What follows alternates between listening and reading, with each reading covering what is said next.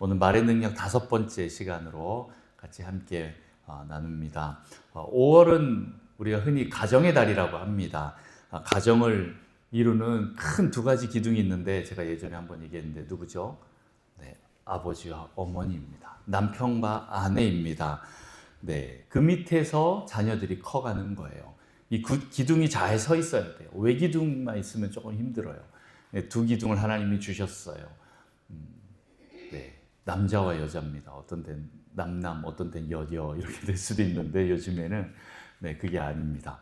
자, 어쨌든 그 자녀들이 그 밑에서 그 부모 밑에서 안정감 있게 사랑을 받으면서 커가는 게 굉장히 중요해요. 안정감과 그 사랑을 누릴 때 그 자녀들은 평안하게 클 수가 있어요. 그게 없으면 어떻게 됩니까? 네, 나중에서 언제 어디서든 문제가 탁 튀어나옵니다. 그런데 그런 부모의 안정감, 사랑을 어떻게 해야 이 아이들이 그 느낌을 받을 수 있을까요? 무의식적으로 받는 거거든요.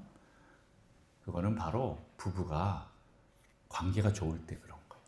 부부가 서로 사랑할 때 그 안에서 자녀들이 건강하게 클 수가 있어요. 이렇게 가정과 부부는 하나님 만드셨어요. 여기 계신 분이 대다수가 이제 다 여성분이잖아요. 그러니까 가정에서 여러분들은 아내이면서 또 어머니입니다. 거의 대부분이 다 그러신데 이미 여러분들에게 자녀들이 있고 이미 다 많이 또 성장했습니다. 이미 손주들까지 있는 그런 상황이죠. 그래서 난 늦었다라고 이렇게 생각하지 마시고 여러분 이미 또 남은 또 그 사명들이 있습니다. 여러분들이 계속 해오던 그 사명이지만 또 동시에 나는 잘 못했어 라고 생각할 수도 있지만 아닙니다. 여러분이 충분히 어머니로서 어떤 때는 또 할머니로서 또 그렇게 역할이 남아있고 그 사명을 여러분 최선을 다하시면 됩니다. 오늘 얘기하는 것들이 바로 이제 그런 것들입니다.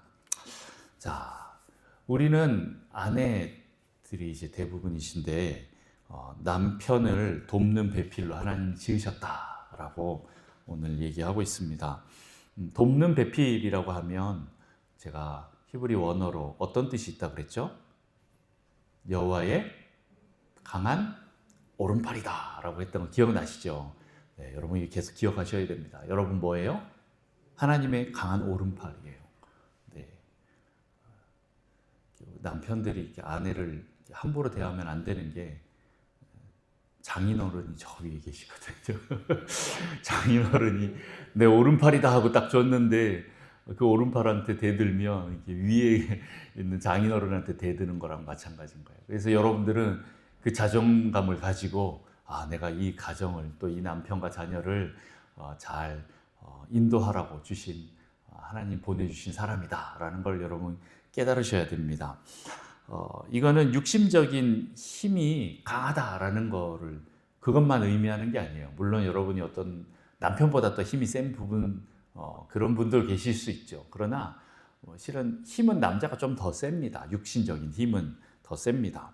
그런데 어떤 정신이나 정서는 저는 여성분들이 더 세다고 봅니다. 더 남자보다 강하다라는 그런 것이 있어요. 더 우위에 있습니다. 다시 말해서 여러분들이 힘으로 남자를 돕는다기보다는 말과 정서로 돕는다라는 것을 아셨으면 좋겠습니다. 그래서 여러분들이 남성을 잘 이해하셔야 돼요.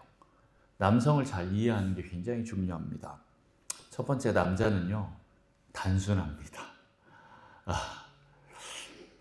반대로 여자들은 좀 복잡할 수 있죠. 물론 이제 나이가 들면서 남성들도 지혜가 생기고 또 많은 그런 노하우가 생기면서 그 복잡한 것들을 잘 풀어낼 수가 있습니다. 그러나 처음부터 막 그렇게 되지는 않아요. 굉장히 단순해요. 그런데 그거를 계속 만들어가는 게 우리 여성분들인 거예요. 아내인 거예요. 어머니인 거예요. 남자는 1 더하기 1은 2다라고 이렇게 아주 쉽게 생각합니다. 여러분도 그렇게 생각할 수도 있지만 제가 만나본 여성분들은 이제 좀 더 뒤에 것까지 보더라고요. 그 이상의 것을 상상하기도 합니다. 제가 가끔 저희 아내랑 드라마나 영화를 볼 때 깜짝깜짝 놀래요. 그 다음 걸 바로바로 말로 맞춰내는 거예요. 저희 아이들도 깜짝깜짝 놀래죠. 어떻게 그걸 아냐고. 근데 딱 보면 보이잖아요, 우리 여성분들은. 아, 저 주인공 저 다음에 죽는다. 반드시 또 저 집이 이제 다 불탄다. 뭐 이런 게 바로 보이나 봐요. 결론이 바로 보인대요. 그 다음에 어떻게 해야 되는지 보여요. 아, 여기서 범인이 누구다. 이게 그냥 바로 보여요. 우리는 계속 추리하고 막 있는데 우린 잘 안 보이거든요. 근데 여성분들은 그게 바로 보이나 봐요. 아, 쟤 곧 죽어. 직관적으로 다 보이는 거죠. 근데 남자는 눈에 보이는 것만 봐요. 그래서 알려줘야 돼요. 여자가 알려줘야 됩니다. 우리 교회도 이제 제가 오중직임이 있다고 했죠. 제가 자주 얘기하는데 에베소서 4장 11절에 누가 나와요? 첫 번째 사도가 나오고 선지자 나오고 다 까먹은 거 아니죠. 세 번째 복음 전파자 나오고 네 번째 목자가 나오고 다섯 번째 교사가 나와요. 아, 이 정도는 다 외울 수 있지 않아요. 근데 중요한 거 교회의 터가 되는 건 누구예요? 사도와 선지자인 거예요. 사도와 선지자가 있으면 이미 교회는 시작될 수가 있어요. 그래서 두세 사람이 내 이름으로 모인 곳에 주님이 함께 하신다고 했는데 그 사도와 선지자가 두 사람부터 교회가 시작이 되는 거예요.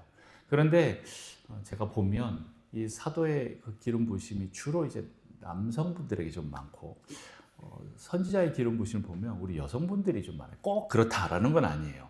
남자 둘이서 가서 교회를 개척할 수도 있어요.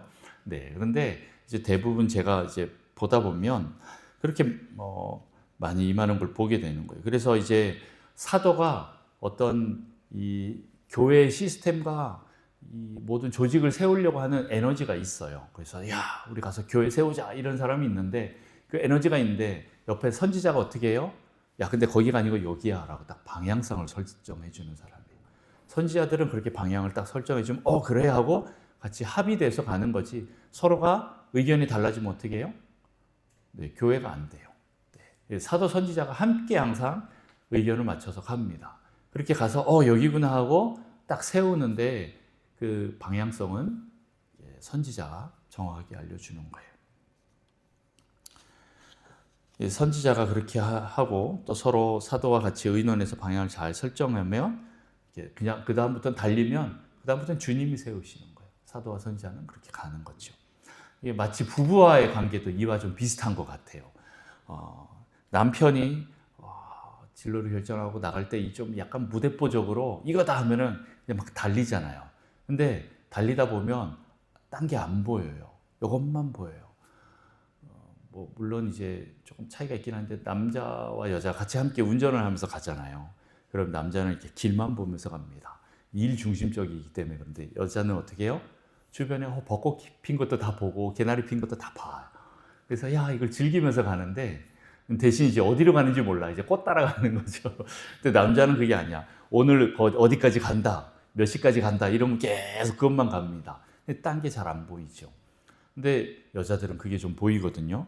그래서 아내가 이제 길을 좀 지혜롭게 잘 안내할 필요가 있습니다. 선지자처럼. 남자는 갈 에너지가 있는데 그 에너지를 어느 방향으로 잘 쏟아야 될지 알려주는 거예요. 또 어떤 남자는 여기저기 막 다 쑤시고 다니는 사람이 있어요. 아니, 그거 아니고 이거 아니고 요거다라고 계속 얘기해 줘야 됩니다. 그렇게 되면 야, 거기 콘크리트니까 거기다가 머리 박으면 안 돼. 우리 흔히 머리부터 디미는 남자들 있잖아요. 그렇게 하기 시작하면 야, 그거 해봤자 너 머리만 깨져. 안 돼. 너 대가리 깨져. 그러면 안 돼. 야, 저기가 약점이야. 저기로 파고들어. 이렇게 얘기를 해줘야 돼요. 그러면 10번 만에 깨질 거 3번 만에도 깨지고 이렇게 됩니다. 그래서 여러분들이 보고 그것들을 잘 얘기해 줘야 돼요. 아니면 야, 여기는 3번도 10번 해도 안 돼. 그럼 돌아가야 돼. 라고 얘기를 해줘야 돼요. 여러분들이 지혜롭게 얘기해 줘야 돼요. 그러면 머리 안 깨지고 오래 사역할 수가 있는 거예요. 지혜롭게 알려줘야 됩니다. 실은 남편이 다 아는 것처럼 막 확신 있게 얘기하는데 1스텝, 2스텝, 3스텝까지 가면 이거 아니구나라는 거 알아요. 부인들은 1스텝 딱 디디기 전부터 알거든요. 근데 남자들은 자존심이 있어갖고 틀려도 내가 틀렸다고 말을 못해요. 그냥 끝까지 가는 거예요. 100만 원이 준비가 되어 있는데 이 100만 원을 가서 다 쏟아붓고 다 써버리고 와야 그 다음에 빠꾸가 하지. 한 50만 원 남았는데 중간에 빠꾸가 잘 안 되는 거죠. 왜 그래요? 자존심 때문에 그래요. 그런데 옆에서 야, 그거 뭐라고 하면서 이렇게 막 바가지 긁으면 더 안 옵니다. 그래서 우리는 지혜롭게 잘 해야 돼요. 이 남자가 좀 미안하단 말을 잘 못해요. 자존심 때문에 뒤돌아서 잘 오지 못합니다. 그때 이제 중요합니다. 이 역할을 여러분들이 이런 역할들을 해줄 때 참 중요한 게 있는데 그건 바로 뭐냐면 아무리 옳은 길을 가르쳐줘도 하나님의 성품으로 말하지 않으면 사람들이 잘 안 듣는다라는 거예요. 그래서 하나님의 지혜가 필요하고 하나님의 성품이 필요합니다. 남편과 자녀들이 엄마 말이 아무리 맞아도 이 자존심 때문에 잘 안 돌아서거든요. 근데 이게 엄마들이 이제 해야 될 역할이에요.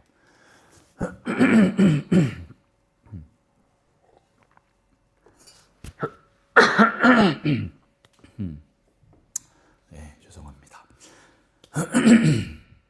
그래서 말을 할 때 지혜롭게 할 필요가 있습니다. 자, 어떻게 지혜롭게 해야 되느냐? 첫 번째는 상대방을 비난하지 말아야 돼요. 비난하기 시작하면 그다음부터 대화는 안 됩니다. 서로 산으로 갑니다. 이쪽 산 저쪽 산으로 갑니다. 네. 비난하는 게 약간이라도 보이면 갑니다. 그런데 분명히 누군가가 먼저 빨간 버튼을 누르는 그런 말을 해요.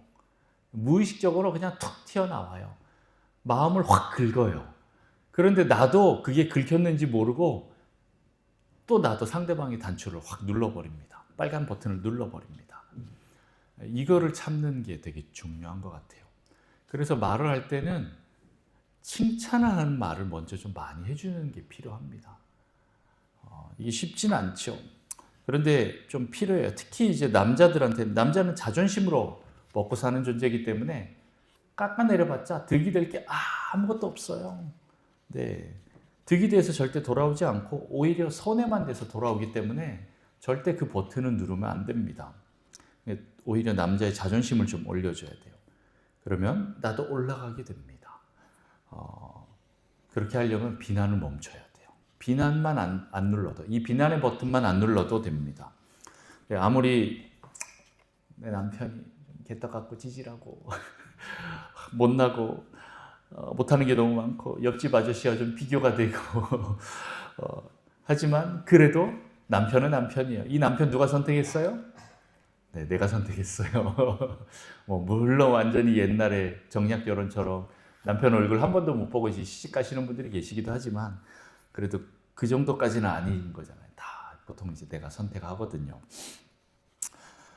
내가 선택했기 때문에 어떻게 해요?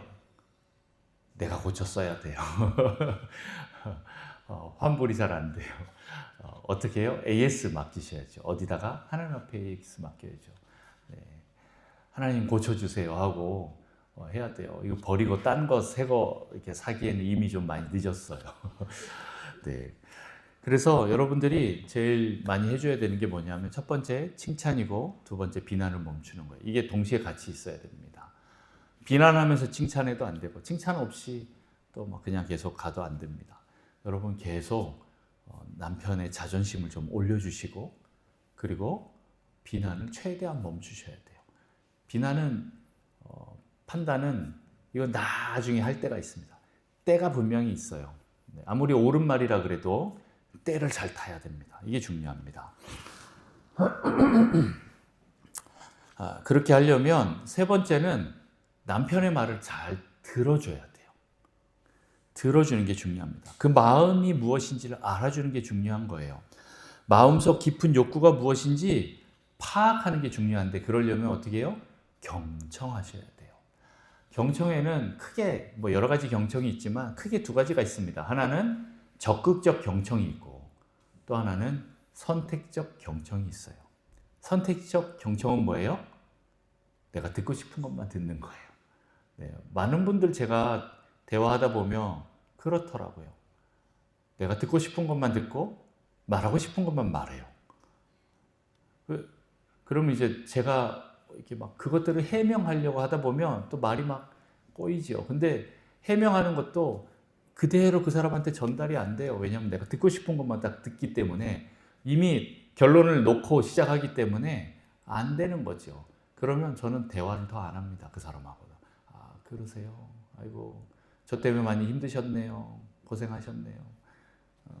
저 때문에 많이 힘드셨겠어요. 그렇게 그냥 하고 갑니다. 아무리 얘기해봤자 뭐 답이 없어요. 네, 이미 자기는 딱 결론을 전했기 때문에 잘 안 바뀌죠. 그러니까 하나님 바꾸셔야 돼요. 하나님이. 남편하고 대화할 때 좀 그런 게 많이 있으신 분들 계시지 않아요? 이미 딱 결론은 정해졌기 때문에 아무리 해도 잘 안 돼요. 그럴 때는 그냥 들어주는 게 더 중요한 거예요. 아, 그렇구나. 아유, 많이 힘들었겠네요. 이렇게 계속 들어주는 거예요. 적극적 경청을 해야 돼요.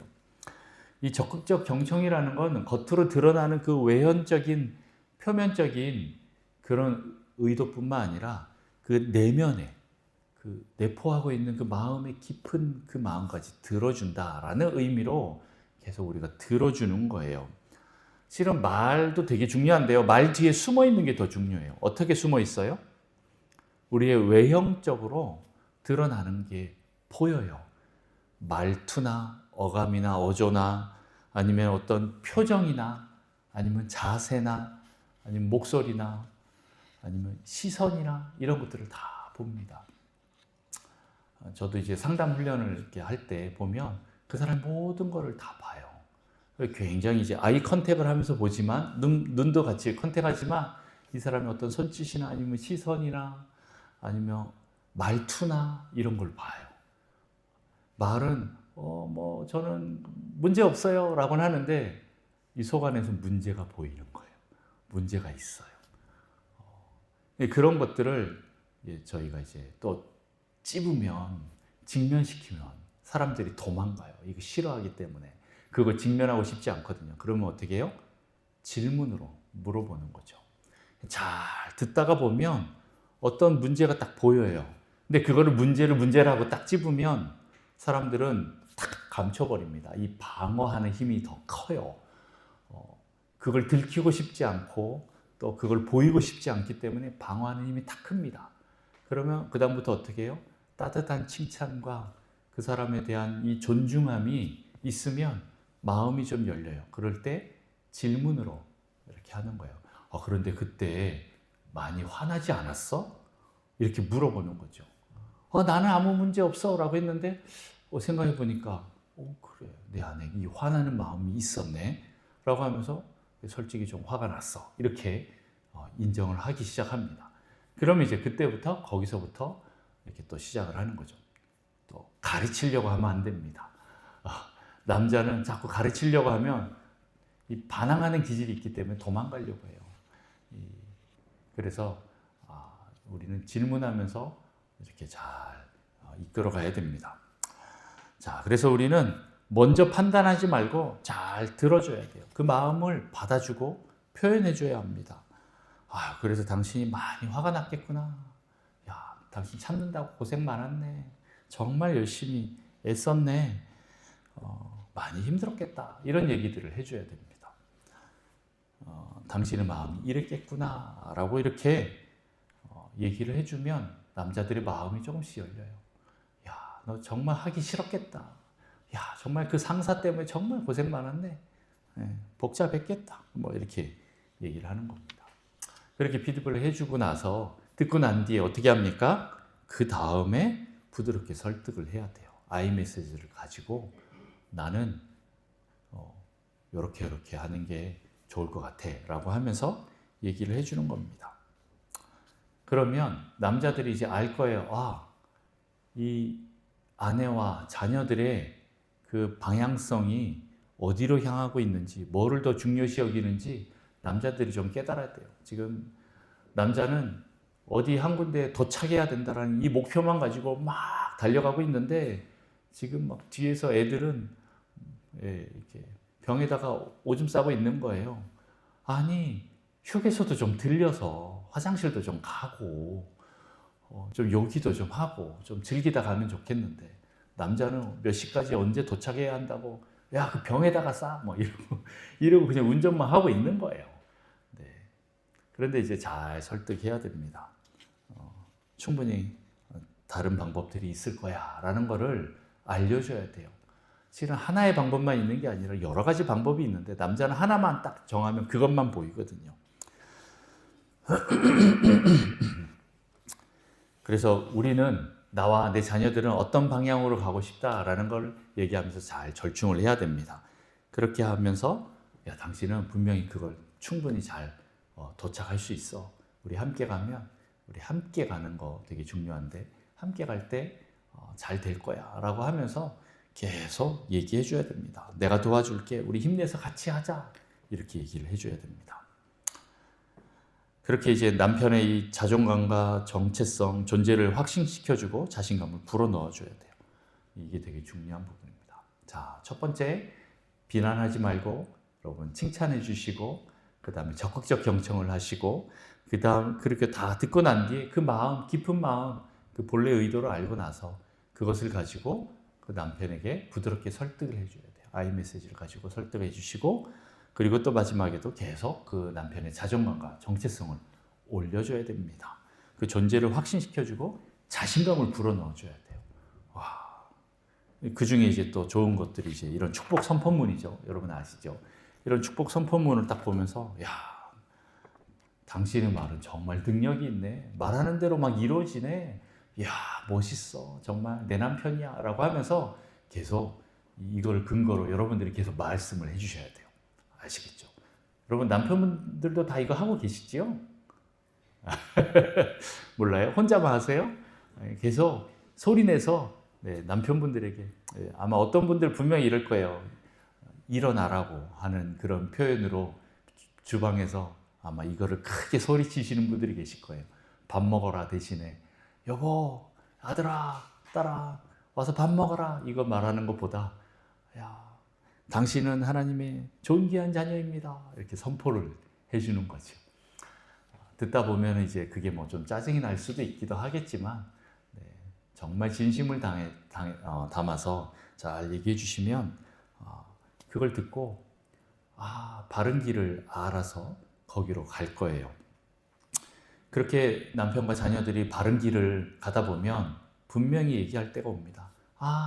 당신 말이 맞았어. 어머니 말씀이 맞습니다. 라는 걸 반드시 알게 될 거예요. 그리고 인정해 줄 거예요. 고백할 거예요. 우리가 꼭 다른 사람들한테 꼭 인정받고 싶잖아요. 네, 그 말을 듣고 싶잖아요.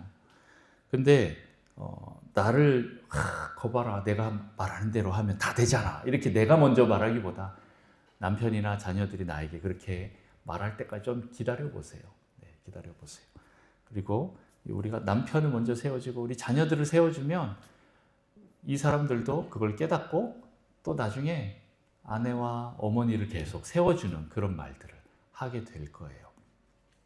그렇게 고백할 겁니다. 남편과 아내들이, 남편과 자녀들이 우리 어머니와 아내를 반드시 세워줄 겁니다. 잠언 31장에 가면 현숙한 여인이 나와요. 현숙한 여인의 특징을 쭉 나열하는데 마지막에 이 가족들이 우리 엄마 최고, 우리 아내 최고, 내 아내 최고 이런 얘기를 합니다. 제가 잠깐 읽어드릴게요. 잠언 31장 10절에 보면 누가 현숙한 여인을 찾아 얻겠느냐 그 값은 진주보다 더하니라 하면서 쭉 나오는데 28절부터 가서 보면 그의 자식들은 일어나 감사하며 그의 남편은 칭찬하기를 덕행 있는 여자가 많으나 그대는 모든 여자보다 뛰어나다 하느니라. 고운 것도 거짓되고 아름다운 것도 헛되나 오직 여호와를 경외하는 여자는 칭찬을 받을 것이라. 그 손의 열매가 그에게로 돌아갈 것이요 그 행한 일로 말미암아 성문에서 칭찬을 받으리라 라고 하면서 나중에 반드시 칭찬해 줄 때가 올 거예요. 네. 여러분들이 그런 분들이 되시기를 축복합니다. 이런 현숙한 여인, 지혜로운 여인이 되면 모든 사람들이 알아줄 거예요. 저분아 너무 좋구나. 제가 어제 미용실에 갔거든요. 이발을 하는데 그 미용실 원장님이 저 다른 교회 다니시는데 자기가 30대 젊을 때 이 셀에 가서 셀 리더가 있는데 셀 리더 그때 30대인데 60대 권사님이 계셨는데 이 권사님이 자기를 그렇게 인도해 주셨다는 것을 알고 나중에는 정말 내가 저런 분을 닮고 싶다라고 할 만큼 롤 모델이 되는 그런 권사님이 계셨대요. 예, 그분은 초등학교도 못 나왔고 또 술 먹고 맨날 나를 때리는 그런 남편 옆에서 이렇게 있었는데 세 아들을 두고 있었는데 순간 많은 유혹들이 있고 흔들림이 있었는데 그래도 나중에 예수 믿고 또 그 길을 끝까지 갔대요. 그랬더니 지금은 다른 뭐 초등학교 이상 나오신 분들보다 더 똑똑하시고 그 세 아들 중에 두 아들을 교회 장로님으로 만드셨대요. 바로 옆에 큰 교회예요. 네, 그렇게 하셨는데 자기는 정말 아끼는데 또 그 세런들한테는 또 모든 것을 또 아낌없이 주시면서 또 세워주는 그런 말들을 하는 분이었대요. 그렇게 하니까 그분은 지금도 그분 칭찬을 하면서 다니는 거예요. 내가 저분 정말 닮고 싶은 롤 모델입니다. 그 권사님. 이렇게 하면서 이 미용실 원장님이 그 얘기를 하는 거예요. 그러면서 야, 그분은 얼마나 복될까. 물론 뭐 힘든 일들도 굉장히 많았겠죠. 그러나 나중에는 그런 모든 사람들이 다 칭찬하는 사람들이 되는 거예요. 근데 나 안 알아준다고 막 깽판 치면 어떻게 됩니까? 받으려고 했던 그 상도 없고 엎어지는 거예요. 다 놓치는 거예요. 누가 높여주셔야 돼요? 주님이 높여주셔야 돼요. 주님이 높여주시고 우리가 여호와를 경외할 때 하나님이 반드시 보상해 준다라는 그 믿음으로 여러분 기다리셔야 돼요. 사람이 아닌 하나님만을 의지하는 게 중요한 것 같아요. 그분도 하나님만을 의지해서 거기까지 오신 것 같아요. 잠언에는 현숙한 여인, 지혜로운 여인이 나오는데 그와 반대로 또 한 여자가 나와요. 누구예요? 음녀가 나옵니다. 이방 여자가 나와요. 이 음녀, 악한 여자가 나오는데 이들은 말로서 남자를 홀인대요.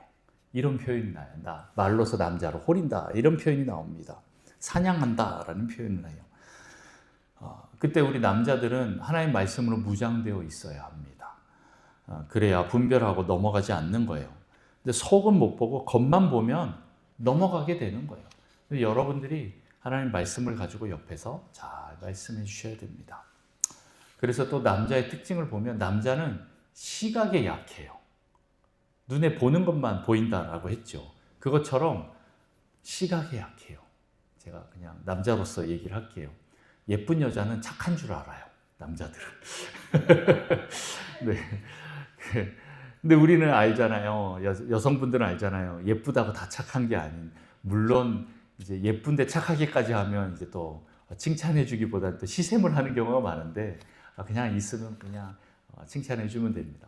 근데 예쁘다고 해서 무조건 다 착한 게 아닌데 남자들은 착한 줄 알고 그냥 다 넘어가요. 네. 그냥 눈에 보이는 대로 살아요. 눈에 멋있고 예쁘면 다인 줄 알고 내가 보기에 좋으면 다다라고 생각하고 있어요. 예, 우리 부모들이 아내가 아무리 아니라고 얘기해도 고집불통처럼 가는 경우가 많습니다. 그래서 그 남자의 눈을 좀 띄워주는 여자가 필요해요. 네. 눈에 보이는 게 다가 아니야 하고 그 뒤에 것들을 보여주는 거죠. 그건 좀 어머니의 마음으로서 남자를 좀 이렇게 사랑으로 품어주면 나중에 아 이게 진짜구나 라고 나중에 알아서 돌아올 경우가 있습니다. 근데 이것은 남편에 대한 순종 복종으로도 좀 나타납니다. 우리 에베소서에 보면 남편과 아내에 대해서 얘기할 때 교회와 그리스도의 관계로서 얘기를 하잖아요. 남편은 어떻게 해요? 그리스도가 교회를 사랑한 것 같이 그 생명, 목숨을 다해서 사랑한 것 같이 그렇게 사랑하라 라고 얘기하고 아내에 대해서 뭐라고 얘기해요? 교회가 그리스도께 복종했던 것처럼 그렇게 순종하고 복종해라 이렇게 말씀합니다. 다시 말해서 사랑하니까 어떤 때는 복종해줘야 돼요. 순종해줘야 돼요. 알면서도 좀 속아줘야 돼요. 그러면 나중에 눈이 떠집니다. 처음에는 너 싫어 하고 이렇게 도망갈 수도 있어요.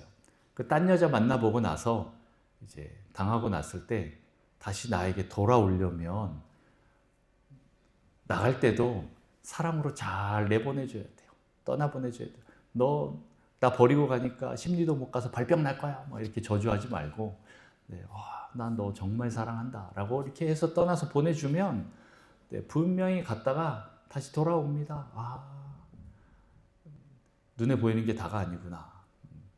보통은 자존심 때문에 못 따라와요. 남자고 여자고 내가 미안하다라고 이렇게 와야 되는데 잘 못하죠. 그런데 나는 너를 무조건 다 수용해주고 다 품어줄 거야 라는 그런 의미로 계속 순종하고 또 복종해주면서 그렇게 사랑해주면 남자들이 내 아내 말 들을 걸 하고 다시 돌아오게 될 일이 있어요.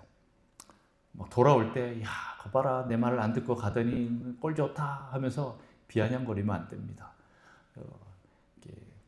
물론 화병이 생길 것 같지만 그럼에도 불구하고 이 모든 걸 좀 주님께 쏟아붓고 좀 품어주시는 게 필요해요. 그러다 보면 나중에 반드시 알게 될 겁니다. 쉽진 않겠지만, 네, 그렇게 받아주고 안아주면, 이 사람이 진짜 나를 사랑하는 그 아내구나라는 걸 알게 될 거예요. 이게 쉽지 않죠. 쉽지 않다는 거 저도 압니다. 그런데 여러분들이 할 수 있는 만큼만 하시면 됩니다. 네, 나머지는 주님이 몽둥이를 들어서라도 때리든 어떻게 하든 하나님이 알아서 해주실 거예요. 그러나 나는 내가 할 수 있는 만큼 하는 겁니다. 이 모든 것은 잘 참고 인내하면서 정말 때에 적절한 필요한 말을 하는 그런 지혜로운 말을 할 때가 필요한데 여러분들이 그렇게 할 때 또 하나님께서 역사하실 거예요. 이것을 잘하는 게 실은 강한 거고 더 넓은 자다라는 겁니다. 그래서 이제 우리가 말을 잘해야 한다라는 것에 대해서 제가 말씀드리는 거예요. 특히 부부관계는 딴 것보다 여러 가지 것들도 많이 있지만 말을 잘하는 것이 이 사랑을 계속 유지하는 관계인 거예요. 관계로 가는 거예요. 그래서 여러분들이 남편을 세워주는 말, 칭찬하는 말, 그리고 비난하는 말을 최대한 줄이고 그렇게 가는 것이 중요합니다. 제가 이렇게 여러 가지 말을 하는 것보다 오늘 좀 잠언에 이런 말들을 좀 제가 뽑아봤어요. 잠언에 이 말에 대한 것만 한 109절이 넘게 나와요. 잠언만. 네, 그만큼 많습니다. 그런데 그 중에서 좀 많이 좀 제가 뽑아봤는데, 이것들을 한번 좀 우리가 읽고 그렇게 한번 말씀을 좀 마쳤으면 좋겠어요. 그래서 오늘 잠언 10장부터 이제 말씀이 나올 건데요. 네. 잠언 10장 18절 19절인데 요 말씀이 뭔지 잘 몰라서 제가 이 공동 번역에 있는 걸 조금 이렇게 올려놨습니다. 우리 같이 18절을 한번 봉독합니다. 시작. 미움을 감추는 자는 거짓된 입술을 가진 자여 중상하는 자는 미련한 자이니라. 제가 있습니다. 거짓말하는 입에는 미움이 숨어 있다. 험담을 일삼는 사람은 바보다. 이런 뜻이라는 거예요. 그 다음 19절 같이 있습니다. 말이 많으면 허물을 면하기 어려우나 그 입술을 제어하는 자는 지혜가 있느니라. 네, 여러분 말을 많이 할 필요가 없어요. 그 입술을 제어하는 게 더 중요합니다. 그때 지혜가 나오는 거예요. 그리고 10장 21절 말씀 같이 읽습니다. 시작. 의인의 입술은 여러 사람을 교육하나 미련한 자는 지식이 없어 죽느니라. 또 31절 32절 같이 읽습니다. 시작. 의인의 입은 지혜를 내어도 패역한 혀는 배임을 당할 것이니라. 의인의 입술은 기쁘게 할 것을 알거늘 악인의 입은 패역을 말하느니라. 네, 의인의 입술은 기쁘게 할 것을 안대요. 그리고 지혜를 내는 거예요. 안 그러면 패역한 혀는 배임을 당한다. 그렇게 나옵니다. 자, 잠언 12장 6절 말씀도 우리 같이 한번 함께 읽습니다. 시작. 악인의 말은 사람을 엿보아 피를 흘리자 하는 것이거니와 정직한 자의 입은 사람을 구원하느니라. 네, 결국 악한 사람은 피를 흘리자, 사람을 때리거나 해치거나 마음을 상하게 해서 그 사람의 것을 뺏어 오려고 하는 게 악인인 거예요. 그러나 정직한 사람은 어떻습니까? 그 사람을 구원하는 입이래요. 여러분들의 입이 사람들을 이렇게 구원하는 입술이 되기를 축복합니다. 또 12장 13절 14절 말씀도 같이 함께 읽습니다. 시작. 악인은 입술의 허물로 말미암아 그물에 걸려도 의인은 환난에서 벗어나느니라. 사람은 입의 열매로 말미암아 복록에 족하며 그 손이 행하는 대로 자기가 받느니라. 아멘. 네. 14절에 사람은 입의 열매로 말미암아 복록에 족하대요. 다시 말해서 여러분의 입술로 먹고 살아요. 여러분이 어떤 말을 하느냐는 여러분의 삶을 결정하는 거예요. 우리가 축복의 말을 계속 해야 된다라고 하는 것처럼 지금 현재 여러분의 열매는 과거에 여러분의 입술에 했던 말이 지금 열매로 나타나는 거예요. 그럼 어떻게 해요? 지금의 열매가 좀 안 좋다 하더라도 여러분들이 계속 지금부터 바꿔나가시면 돼요. 여러분 100살까지 사실 거잖아요. 100살 넘게 사실 거니까 앞으로 아직 한참 남아있어요. 그래서 계속 입술의 말을 어떻게 하느냐에 따라서 달려 있습니다. 우리 또 12장 17, 18, 19절 말씀도 같이 또 함께 읽습니다. 시작. 진리를 말하는 자는 의를 나타내어도 거짓 증인은 속이는 말을 하느니라. 칼로 찌름같이 함부로 말하는 자가 있거니와 지혜로운 자의 혀는 양약과 같으니라. 진실한 입술은 영원히 보존되거니와 거짓된 혀는 잠시 동안만 있을 뿐이니라. 아멘. 진리를 말하는 게 되게 중요해요. 근데 이제 18절에 보면 칼로 찌름같이 함부로 말하는 자가 있대요. 표현을 말하는 게 함부로 말하는 게 뭐예요? 칼로 찌르는 것 같대요. 그렇게 하면 안 된다라는 거죠. 지혜로운 자의 혀는 양약과 같다라는 거예요. 여러분들이 입술을 잘 지키시는 게 중요합니다. 혀를 지키시는 게 중요해요. 그리고 진리를 말하는 거죠. 19절에 진실한 입술은 영원히 보존되거니와 거짓 혀는 잠시 동안만 있을 뿐이니라. 거짓말은요, 잠시 있다가 사라져요. 여러분 거짓말을 듣고 쫓아가다 보면 금세 또 사라지게 됩니다. 또 거짓말을 한 혀는 얼마 못 가서 들통이 납니다. 자, 또 12절, 12장 22절 말씀입니다. 같이 읽습니다. 시작. 거짓 입술은 여호와께 미움을 받아도 거짓 입술은 여호와께 미움을 받아요. 그러나 진실하게 행하는 자는 그의 기뻐하심을 받는데요. 25절 같이 읽습니다. 시작. 근심이 사람의 마음에 있으면 그것으로 번뇌하게 되나 선한 말은 그것을 즐겁게 하느니라. 근심하는 말보다는 선한 말을 하시기 바랍니다. 15장 말씀입니다. 15장 1절 말씀 같이 읽습니다. 시작. 유순한 대답은 분노를 쉬게 하여도 과격한 말은 노를 격동하느니라. 유순한 대답은 분노도 잠재워요. 분노를 쉬게 해요. 그러나 과격한 말은 노를 격동한대요. 여러분 말을 과격하게 할 필요 없습니다. 그냥 유순하게. 저 사람이 아무리 나를 공격한다 할지라도 같이 맞받아치면서 공격하기 시작하면 이 싸움이 끝나지가 않습니다. 어떻게 해요? 유순한 대답으로 가야 돼요. 4절 말씀이 또 나옵니다. 15장 4절 시작. 온순한 혀는 곧 생명나무지만 패역한 혀는 마음을 상하게 하느니라. 우리 온순하게 말을 해야 돼요. 그건 생명나무래요. 생명이 계속 있게 됩니다. 그러나 패역한 혀는 마음을 상하게 합니다. 또 18절 말씀 같이 읽습니다. 시작. 분을 쉽게 내는 자는 다툼을 일으켜도 노하기를 더디하는 자는 시비를 그치게 하느니라. 분을 쉽게 내는 것도 중요한 게 아니에요.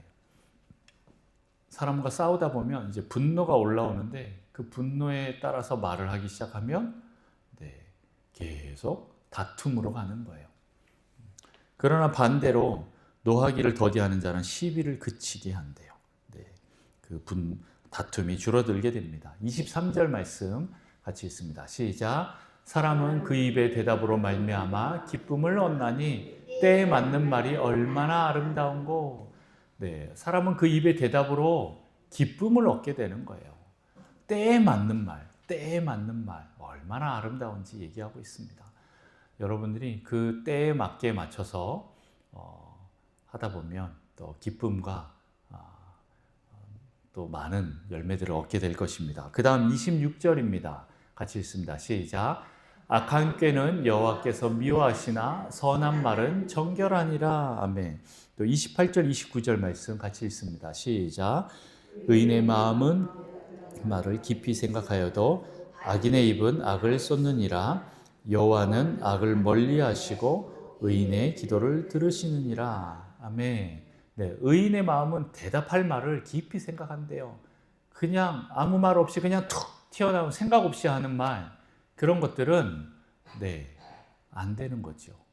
생각을 좀 깊이 하시는 게 중요해요. 말은 한번 뱉으면 주워 담는 게 안 돼요. 그렇기 때문에 여러분들이 잘 생각하고 말하셔야 됩니다. 그래서 29절 여호와는 악인을 멀리하신대요. 악한 말을 하는 사람들은 멀리하는 겁니다. 오히려 의인의 기도를 들으신대요. 여러분들이 의인이 되어서 선한 말로 또 의의 말로 여러분들이 기도하시기 바랍니다. 좀 더 있습니다. 조금만 더 하겠습니다. 잠언 16장 1절 말씀 같이 읽습니다. 시작. 마음의 경영은 사람에게 있어도 말의 응답은 여호와께로부터 나오니라. 네, 우리가 마음을 이렇게 먹고 이렇게 하지만 결국 내가 한 말에 대해서는 여호와께로부터 나온다라는 거예요. 기도 응답이 여호와께로부터 나옵니다. 23절 24절 잠언 16장 23절 24절 같이 읽습니다. 지혜로운 자의 마음은 그의 입을 슬기롭게 하고 또 그의 입술에 지식을 더하느니라. 선한 말은 꿀송이 같아서 마음에 달고 뼈에 양약이 되느니라. 네, 지혜롭게 슬기롭게 말을 하면 지식이 더해지면서 그 선한 말이 꿀송이처럼 그렇게 달고 우리에게 약이 되는 그런 말이 될 수 있는 거예요. 그만큼 말이 중요하다라는 겁니다. 28절 말씀 같이 읽습니다. 시작. 패역한 자는 다툼을 일으키고 말쟁이는 친한 벗을 이간하느니라. 그런데 반대로 패역한 자는 다툼을 일으켜요. 패역한 말은. 그리고 말쟁이, 말을 많이 하는 사람들은요, 사람들을 이간시켜요. 친한 벗을 이간시켜요. 제가 어제 그 미용실 원장님 얘기를 한 번 더 하는데, 실은 자기는 두 모델이 있대요. 한 모델은 정말 내가 닮고 싶은 분인데, 한 권사님은 닮고 싶지 않은, 자기의 어떤 힘들고 어려운 것들을 막 얘기를 했더니 처음엔 받아주는 것처럼 했는데 나중에 그 사람한테 가서 또 그 얘기를 그대로 전하더래요. 그러면서 이간이 된 거죠. 근데 우선은 말을 한 게 자기 잘못이니까 자기가 가서 무조건 사과를 했대요. 내가 잘못했다고. 이렇게 하면서 관계를 다시 회복하면서, 그리고 나서는 내가 저 사람한테는 절대 말을 하면 안 되겠구나 라는 거를 깨달았대요. 여러분, 말을 많이 전달하는 거 중요한 게 아닙니다. 그리고 확인되지 않는 사실이 아닌 말을 전달하는 것도 중요한 건 절대 안 좋습니다. 사람들은 희한하게 그 안 좋은 말을 들으면 그걸 더 불려서 얘기를 하는 성향이 있어요. 경향이 있어요. 여러분들이 정말 득이 되고 도움이 되는 말만 하시면 좋겠습니다. 저도 이걸 준비하면서 저를 많이 좀 돌아보게 돼요. 네, 여러분들을 보시면서 좀 아닌 말들을, 보통은 이제 실은 한 가지의 사실이 들어와서 어떻게 됩니까? 내 마음 가운데 들어와서 내 마음에 안 좋은 것들과 함께 이제 버무려져 갖고 양념이 돼서 더 불려 갖고, 그리고 또 탁 튀어나오는 거거든요. 감정이 실려서 나오는 거거든요. 말쟁이들이 그렇게 하는 경우가 많아요. 겉보라고, 내 그럴 줄 알았다고 이렇게 하면서 난 쟤는 안 될 줄 알았어. 안 될 줄 알았어. 내가 전부터 봤더니 이런저런 일들이 있습니다. 안 될 줄 알았어 하면서 다른 사람들을 그렇게 험담을 하는 겁니다. 그렇게 하다 보면 어떻게 돼요? 공동체가 다 깨집니다. 가족이 깨지고 형제 자매들이 이간이 돼요. 친한 친구들이 깨어지는 게 많이 생겨요. 그래서 여러분, 이간하는 말을 하면 안 됩니다. 이게 되게 중요한 거예요. 어떻게든 사람들을 서로 이렇게 하나로 만들어야 됩니다. 자, 그 다음에 이제 18장 말씀입니다. 네, 빨리빨리 넘어가겠습니다. 18장 8절 같이 읽습니다. 시작. 남의 말하기를 좋아하는 자의 말은 별식과 같아서 뱃속에 깊은 데로 내려가느니라. 네, 남의 말하기 좋아하는 자는 문제가 있다라는 걸 얘기하는 거고요. 그다음 20절, 21절 같이 읽습니다. 시작. 사람은 입에서 나오는 열매로 말미암아 배부르게 되나니 곧 그의 입술에서 나는 것으로 말미암아 만족하게 되느니라. 죽고 사는 것이 혀의 힘에 달렸나니 혀를 쓰기 좋아하는 자는 혀의 열매를 먹으리라. 네, 여러분의 그 입술의 말로 실은 여러분이 열매를 먹는 겁니다. 그렇기 때문에 여러분들이 어떤 열매를 맺을지 지금 결정하셔야 됩니다. 어떤 말을 하는가에 따라 달렸다라는 거예요. 20장 22절 같이 읽습니다. 시작. 너는 악을 갚겠다고 말하지 말고 여호와를 기다리라. 그가 너를 구원하시리라. 네, 여호와께서 여러분들을 구원하실 거예요. 내가 이것저것 막 해명하려고 아니면 또 다른 사람들을 공격해서 그렇게 하려고 하다 보면 안 된다라는 거예요. 여러분, 선으로 기다리시다가 보면 하나님은 반드시 갚아줄 때가 올 거예요. 네. 그리고 25장 11절 같이 읽습니다. 시작. 경우에 합당한 말은 아로새긴 은쟁반의 금사관이라. 네, 여러분 이렇게 경우에 합당한 말을 하시기를 축복합니다. 이외에도 너무 많은 말씀들이 있는데 이제 그냥 여기까지만 하고, 네, 제가 말씀드리는 것은 이제 여러분의 입술에 달렸다라는 겁니다. 성경은 이렇게 얘기하고 있습니다. 입술에 대해서, 말에 대해서, 혀에 대해서 정말 많이 말하고 있어요. 많이 말을 하고 있으면 이제 어떻게 해야 됩니까? 여러분들이 악한 말을 할지 선한 말을 할지 여러분들이 결정하셔야 됩니다. 믿음의 말, 소망의 말, 하나님의 존재를 드러내는 그런 말을 여러분 하십시오. 감사의 말, 기쁨의 말, 긍정의 말을 하십시오. 하나님이 그 입술의 말대로 이루실 것입니다. 여러분, 남편을 축복하십시오. 자녀들을 축복하십시오. 그리고 가정을 축복하십시오. 형제와 자매, 그리고 이웃들을 축복하십시오. 그리고 이 공동체를 축복하십시오. 이 나라와 민족을 여러분 축복하십시오. 그 말대로 될 것입니다. 여러분의 말로 가정이 그렇게 평안하기를 축복합니다. 우리 같이 기도합시다.